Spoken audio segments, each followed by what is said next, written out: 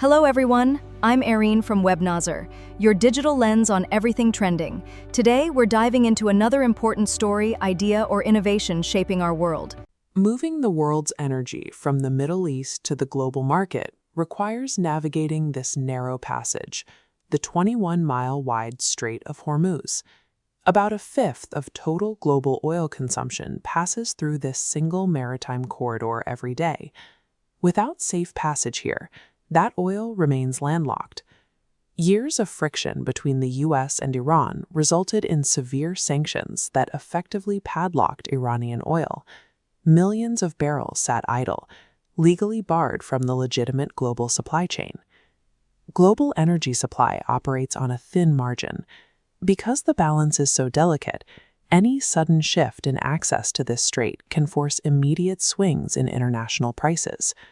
That margin shifted when a US-Iran deal secured the strait and officially waived sanctions on Iranian crude exports. This chart illustrates standard market logic. Reintroducing millions of barrels of supply should cause the price of crude to fall globally. Instead, Iran offered its newly available oil to India at a steep premium. India is a sophisticated, high-volume energy buyer. They had no obvious reason to pay extra for a product that was theoretically flooding back into the market. These diplomatic agreements are highly engineered. They function as regulatory filters rather than open doors to a free market. The US-Iran deal established a conditional waiver with strict volume caps. This framework restricted exports to a measured trickle, preventing a return to normal trade volumes. This artificial bottleneck triggered a competitive sprint among nations authorized to buy it. The waiver failed to create a global surplus. It produced a localized environment where buyers had to scramble for a strictly limited resource. To understand why India lost its bargaining power in that scramble, we have to look at the chemistry of their domestic infrastructure. Indian refineries are historically calibrated to process Iranian heavy crude. Their machinery is specifically tuned to the density and sulfur content of this oil. This creates refinery switching costs. Processing oil from a different country requires India to stop production and spend millions of dollars recalibrating their distillation towers to a new chemical profile.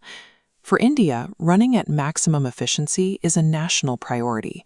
Pausing their refineries to adjust for non-Iranian crude would result in massive downtime and lost revenue. Tehran recognized this technical dependency.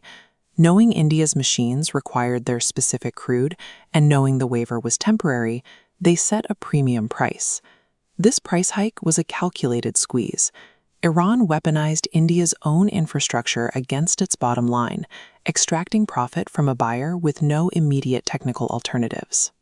The pipelines and shipping routes connecting the Middle East to South Asia represent more than just physical transit. They are the arteries of a specific economic reality. Sanctions waivers bypass the usual mechanics of global trade. They create isolated micro-markets where the standard rules of the game shift in favor of whoever controls the bottleneck. Within these loops, typical market competition vanishes.